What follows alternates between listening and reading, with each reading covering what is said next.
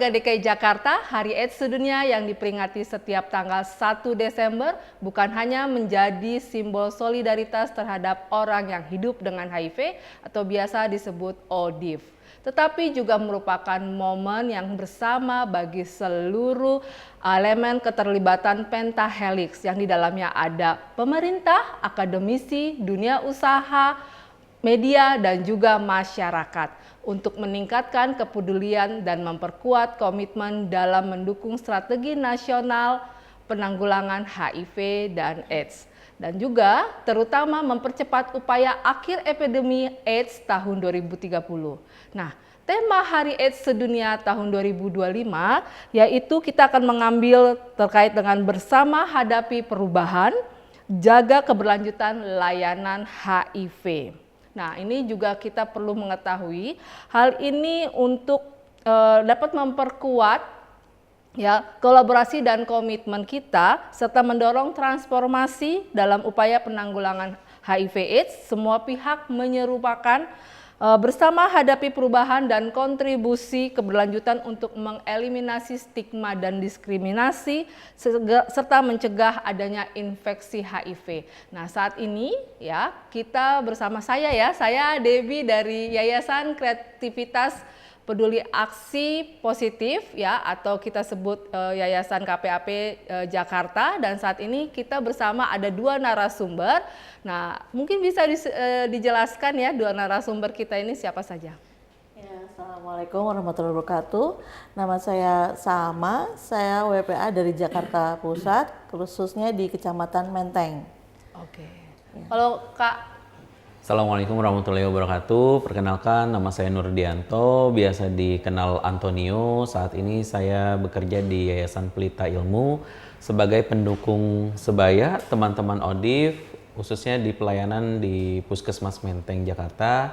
Selain itu juga di Rumah Sakit Carolus beberapa juga saya dukung untuk pendampingannya. Oke, Mas Antonio, kalau selain bekerja dengan mendampingi ODIF, Mas Antonio ini sebagai ODIF juga ya, orang yang hidup dengan HIV juga ya? Ya, betul Mbak Debbie, saya ODIF sudah masuk tahun ke-13, jadi tahun 2012, tepatnya tanggal 3 Agustus. Oke, ini sangat luar biasa sekali. Di momen Hari AIDS Sedunia ada warga peduli AIDS yang bisa menceritakan apa yang sudah dia lakukan ya untuk pencegahan penanggulangan HIV. Ada juga teman kita dari orang yang hidup dengan HIV ya, bisa cerita ke warga DKI Jakarta nih gitu. Sebenarnya seperti apa sih orang yang hidup dengan HIV? Sebelum ke Antonio ya, kita ke Bu Salma dulu sebagai warga peduli AIDS. Kita pengen tahu dulu nih ya, mungkin yang di rumah pengen tahu apa sih yang sudah dikerjakan warga peduli AIDS. Atau mungkin dari ceritanya Bu Salma nanti mereka jadi pengen nih jadi warga peduli AIDS. Ya, saya memberikan contoh edukasi yang memang benar-benar sangat dipahami sekali ya, karena kebanyakan dari wilayah itu kan memilih virus HIV itu luar biasa dan mereka itu sangat ada diskriminasinya seperti itu. Nah itu saya memberikan contoh bahwa tidak seperti ini loh gitu, apa yang mereka bayangkan selama ini. Nah biasanya tuh Bu Salma itu bekerja sama tuh dengan siapa? Kita pengen tahu juga ya. Pastinya pemangku setempat ya, karena disebut warga peduli AIDS. Pasti RT, RW dan mungkin sampai ke kecamatan, kelurahan. Betul. Apa yang sudah dilakukan? Saya memberikan pada saat pertin, di sana ada pertemuan rutin di kelurahan, khususnya dengan ibu-ibu PKK, dengan kader-kader seperti itu. Saya melakukan sosialisasi, edukasi. Dengan teman-teman LSM juga kadang saya suka ikut sertakan untuk lebih ini kalau saya dasarnya ya, kalau teman-teman LSM mungkin lebih dasarnya dia memberikan penjelasan. Oke, nah ini yang sangat menarik sekali ya, pemahaman keluarga ya, keluarganya Bu Salma sendiri. Betul. Ya gitu kan, ibu yang suka menjangkau, mendampingi teman-teman yang terinfeksi HIV. Betul. Pandangannya keluarga tuh seperti apa? Anak, suami gitu kan? Ya, atau ibu merasa ada nggak pernah kena stigma di masyarakat lingkungan itu sendiri? Iya, Kalau khususnya awal-awal memang anak-anak di rumah tuh aneh ya, mama kok ikut ini nanti begini. Terus setelah saya kasih pemahaman, saya kasih dia sosialisasi, edukasi, oh ternyata tidak seperti itu.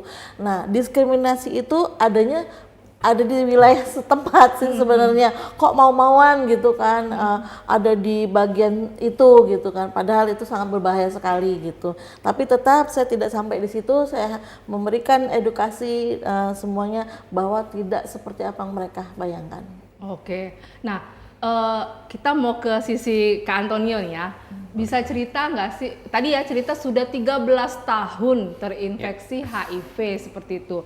Dan kita pengen tahu apa sih yang menjadi spirit Kak Antoni sendiri supaya Kak Antoni tetap sehat. 13 tahun tuh menjalani tuh nggak gampang ya, ke apa namanya, kehidupan yang harus setiap hari kita minum obat ARV seperti itu kan, harus nggak boleh putus. Bagaimana terkait bahwa saya harus menantang semua stigma-stigma dalam diri saya dan orang bisa aware sama saya, menghargai saya.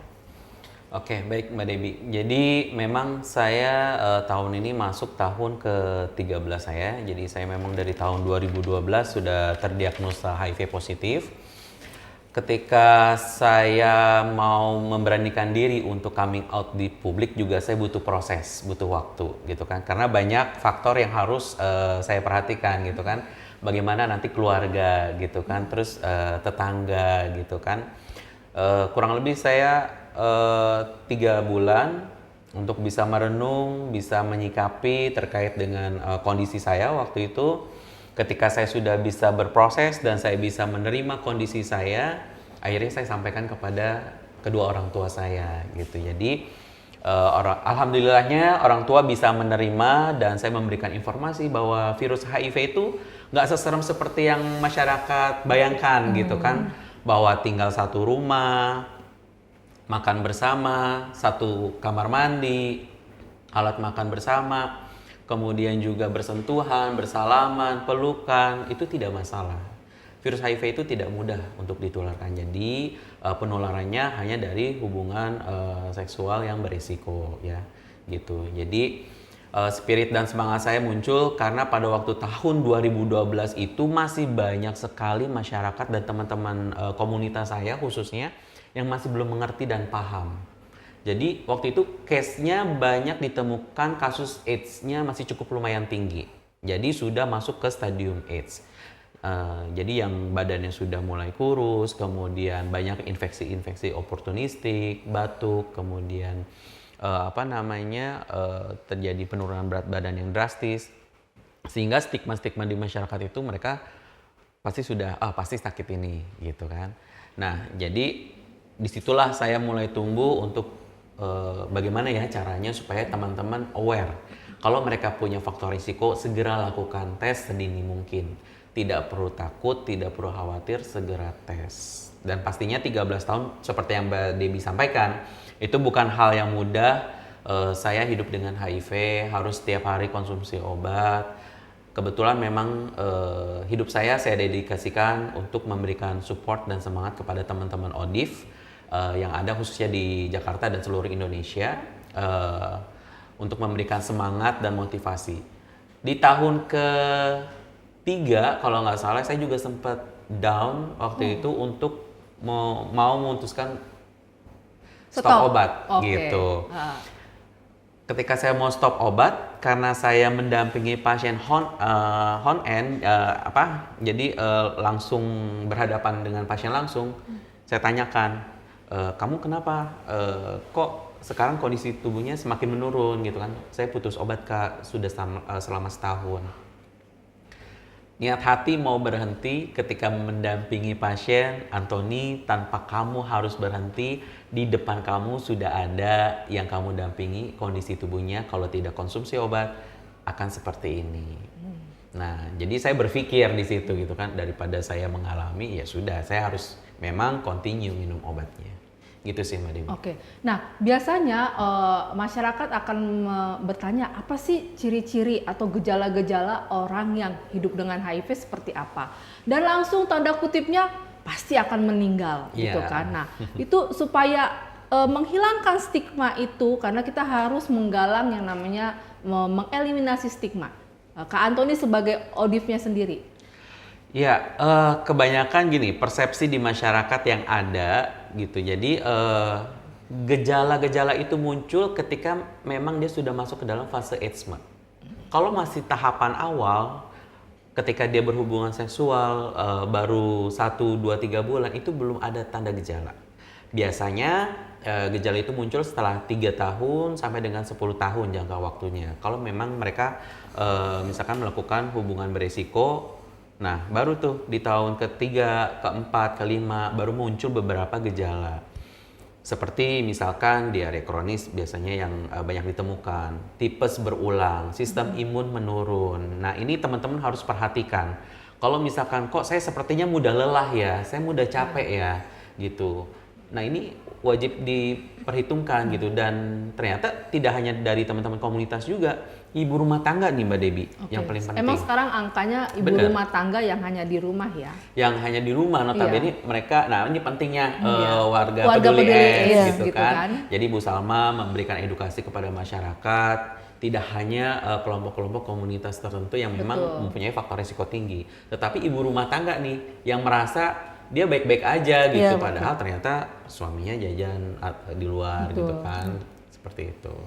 Nah, ke Bu Salma sendiri, kira-kira Bu Salma, kalau Kak Antoni pasti saya sudah paham sekali ya, suka membantu teman-teman komunitasnya sendiri. Nah, Bu Salma, bagaimana Ibu berkomunikasi dengan teman-teman ODIF itu sendiri ya kan? Apa sih yang biasa dibicarakan? Tuh sulit nggak ya? Kadang-kadang ya, biar diketahui warga DKI ya, DKI Jakarta, bahwa kalau kita sesama mengalami sakit itu ya kan, kita gampang bicaranya.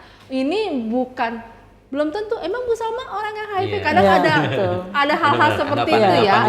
Nah, Bu Salma, bagaimana komunikasi Ibu ya kan sebagai warga ketika Ibu menemui ada teman-teman komunitas, teman-teman ODIF ya kan, terutama yang nakal-nakal nggak mau minum obat dan sebagainya. Ya, jadi yang saya lakukan itu saya datang dulu, permisi dan sebagainya, memperkenalkan diri.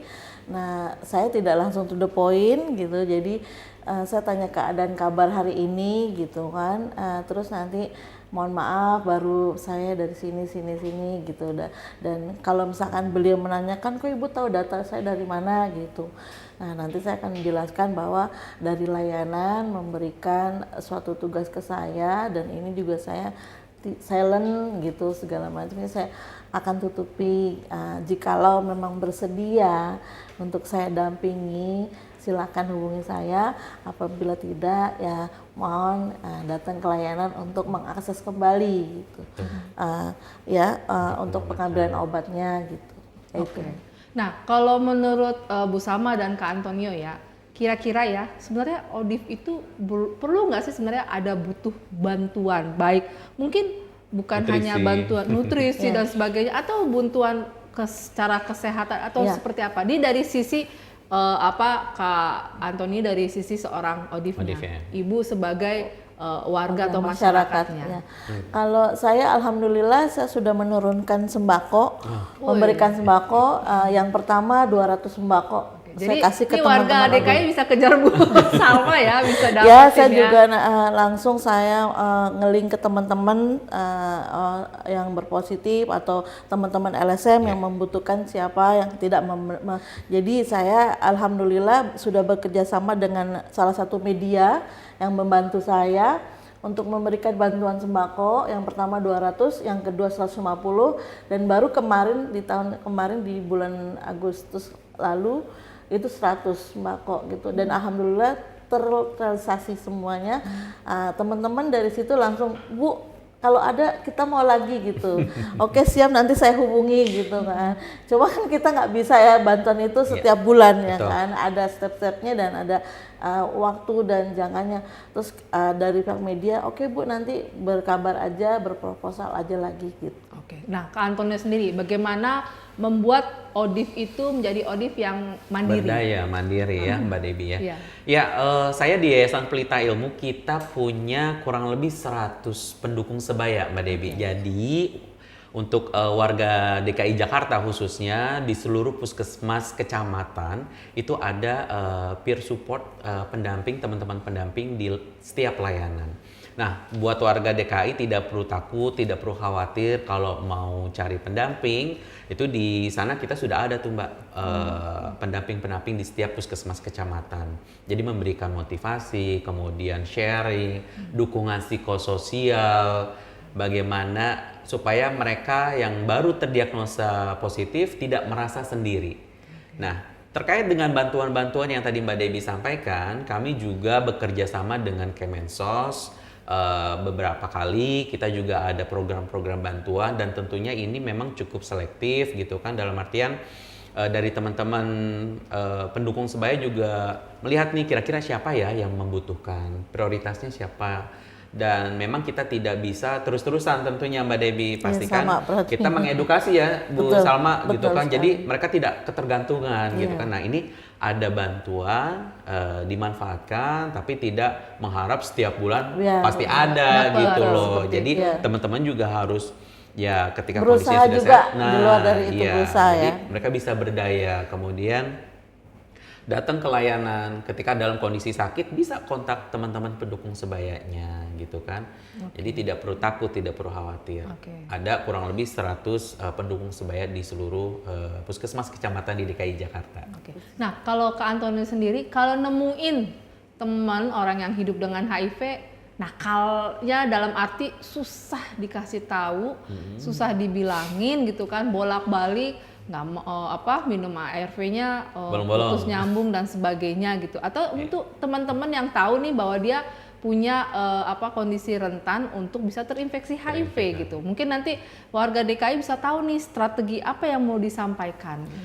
Ya, buat teman-teman di warga DKI khususnya, jadi teman-teman bisa langsung datang ke layanan puskesmas kecamatan terdekat ya Mbak Debbie. Jadi di sana mereka melakukan tes kesehatan secara gratis, tidak perlu takut, tidak perlu khawatir, dilakukan semuanya konfidensial tentunya.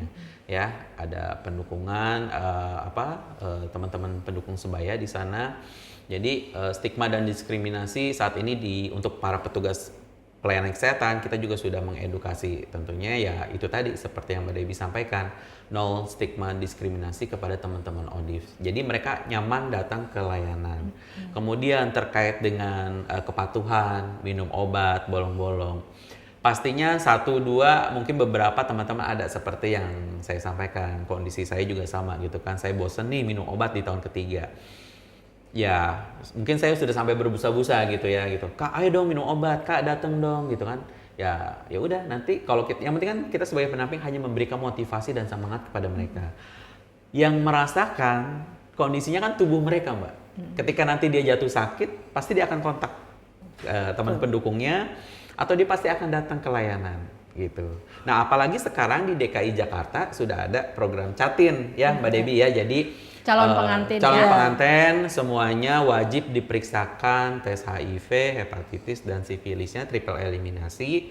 Jadi nah ini sebagai screening nih gitu kan supaya kita warga DKI tetap sehat, tidak meneruskan generasi yang HIV positif itu. Nah Bu Salma sendiri harapannya apa sih sebagai warga peduli AIDS gitu kan?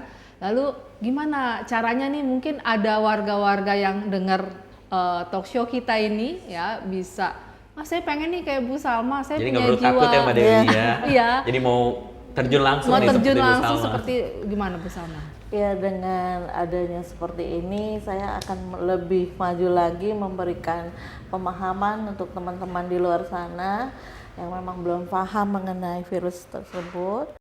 Kalau Kak Antoni sendiri banyak ya kita tahu slogan-slogan tentang HIV gitu kan. Ada juga terkait dengan menginformasikan pengobatan, terus menginformasikan juga untuk menolong atau mengurangi beban dari ODIF itu sendiri. Kira-kira yang cocok sekarang harus kita lakukan dalam rangka Hari AIDS Sedunia tuh fokusnya apa sih untuk teman-teman ODIF ini gitu?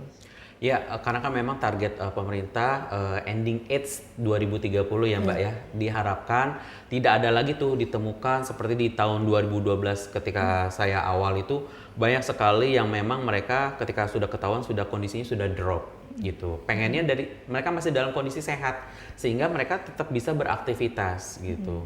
Masyarakat pun bisa meminimalisir stigma jadinya kan. Oh, kalau misalnya kondisinya udah sakit, wah pasti larinya akan ke arah sana gitu kan.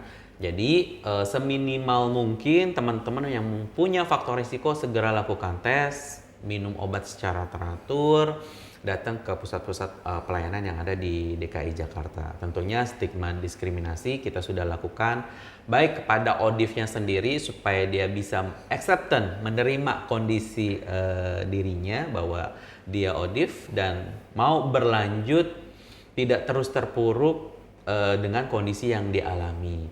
Kemudian dari pusat pelayanan kita mengedukasi para petugas pelayanan kesehatan untuk tidak menstigma teman-teman ODIF. Kemudian zero kematian akibat AIDS. Semoga tidak lagi ditemukan. Jadi ketika sudah terdiagnosa positif minum obat secara rutin dan teratur ya. Jadi nggak perlu takut. Kalau ada masalah, hubungi teman-teman tadi, peer support lagi gitu kan, pendukung sebaya gitu kan. Ada kendala di finansial, misalkan Kak saya nggak bisa datang nih karena nggak ada ongkos gitu kan. Kak saya nggak bisa datang karena nggak bisa izin gitu kan, izin kerja atau apa. Bisa minta tolong kepada teman pendukung sebaya untuk dicarikan solusi yang terbaik. Gitu, Mbak Dewi. Baik. Tadi ada hal yang menarik yang dibahas ke Antonio terkait stigma. Kita mau bahas terkait dengan self stigmanya dia. Itu kadang-kadang ya kita bicarakan stigma itu panjang ya, ada stigma dari sosial dan sebagainya. Tapi ada juga self stigma tuh stigma dari diri sendiri mengatakan sebenarnya orang tidak melakukan stigma tapi dia merasa gitu kan. Bagaimana Kak Antonio pernah nggak sih ngerasain self stigma itu sendiri pada diri Kak Antonio atau teman-teman yang ada di lingkungan komunitas Kak Antonio? Iya. Stigma itu kan lahir Mbak Debbie karena ketidaktahuan masyarakat juga gitu kan, dalam artian kadang tuh kita udah insecure sendiri, aduh gue ODIF nih gitu kan, kira-kira mendapatkan pelayanan yang sama nggak ya dengan teman-teman yang non ODIF gitu kan. Padahal saat ini ya petugas sama aja gitu kan, sampaikan gitu kan istilahnya kondisi teman-teman, dokter, petugas pelayanan di puskesmas juga mereka sama aja kok memberikan pelayanan, tidak perlu takut dan tidak perlu khawatir gitu. Jadi ya itu tadi, intinya adalah ya dia harus bisa acceptance dulu tuh Mbak, penerimaan dirinya. Ketika dia sudah bisa menerima kondisi dirinya, insya Allah ke depannya akan lebih mudah jalannya gitu. Baik untuk urusan karir, terus juga masalah, paling banyak tuh masalah jodoh nih. Kak aku udah HIV positif, kira-kira jodohku gimana ya gitu. Nah memang jodoh saya kebetulan dipertemukan dengan istri saya yang positif, tapi alhamdulillah kedua orang anak saya dua-duanya negatif. Banyak juga yang saya dampingi yang istrinya positif, suaminya negatif, anak-anaknya negatif. Itu ada. Makanya dengan minum obat dengan rutin dan teratur, U equals U. Jadi undetectable equal untransmittable. Jadi teman-teman yang sudah patuh minum obat dengan teratur sudah tidak lagi menularkan kepada orang lain. Saat ini pun ada program PrEP di DKI Jakarta untuk pencegahan HIV. Tentunya ya tidak hanya minum obat PrEP, tentunya harus penggunaan kondom yang baik dan benar juga gitu kan. Seperti itu Mbak Dewi. Nah setiap tahunnya kita menyampaikan tentang Hari AIDS Sedunia, ya kan? Kita kumandangkan dan sebagainya, tapi selalu masih ada namanya tantangan, ya kan? Tantangan. Saya pengen tahu juga nih ya dari Kak Antonius, dari ODIF sendiri, apa sih tantangan saat ini ya untuk terutama mencapai ending AIDS tahun 2030?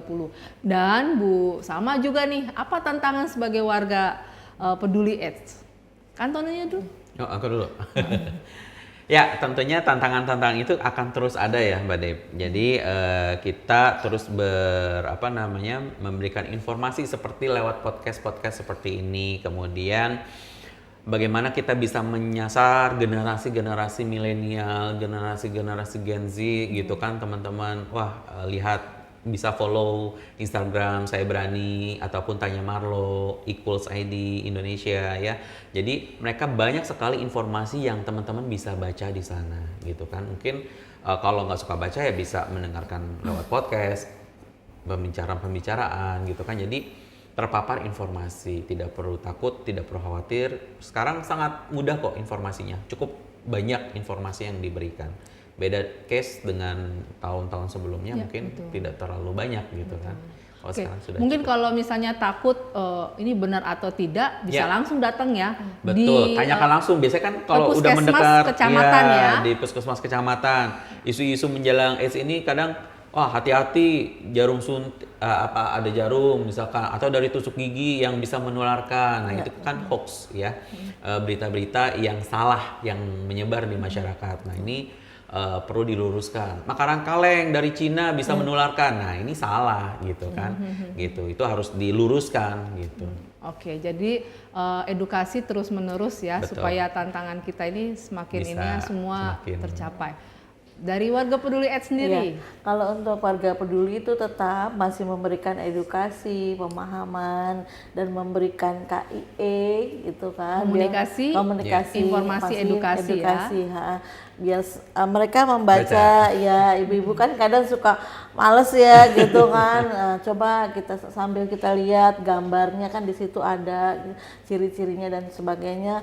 Oh seperti ini gitu. Kita membawakan KIE tersebut gitu. Oke, ini luar biasa sekali ya yang perlu kita banyak hal yang harus kita bahas setiap tahunnya tantangannya penanggulangan HIV di DKI Jakarta ya. Kita harus terus sampai 2030 nih ya kan.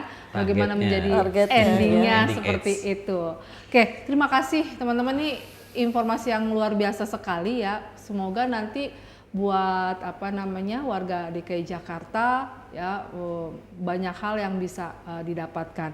Nah, sebagai Hari AIDS Sedunia, pesan kunci Hari AIDS Sedunia tahun 2025 kami menyiapkan ada 5 hal yang kami akan siapkan. Yang pertama adalah bagaimana respon HIV yang tangguh dan adaptif menghadapi perubahan. Yang kedua, menjamin layanan HIV yang inklusif dan bebas stigma. Dan ketiga, peran pemangku kebijakan dan masyarakat dalam menjaga keberlanjutan layanan. 4, mendorong inovasi dan kolaborasi untuk memperkuat pendanaan. Itu sangat penting sekali dan efektivitas program HIV.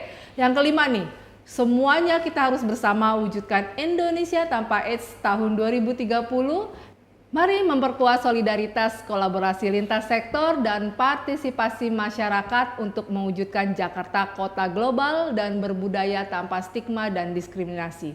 Yang terutama infeksi baru pada HIV. Dan rangkaian pelaksanaan Hari AIDS Dunia salah satunya talk show yang merupakan kerjasama Yayasan Kreativitas Perubahan Aksi Positif Jakarta dengan Dinas Komunikasi Informatika dan Statistik Provinsi DKI Jakarta serta Berita Jakarta. Sebagai penutup kita, salam 30.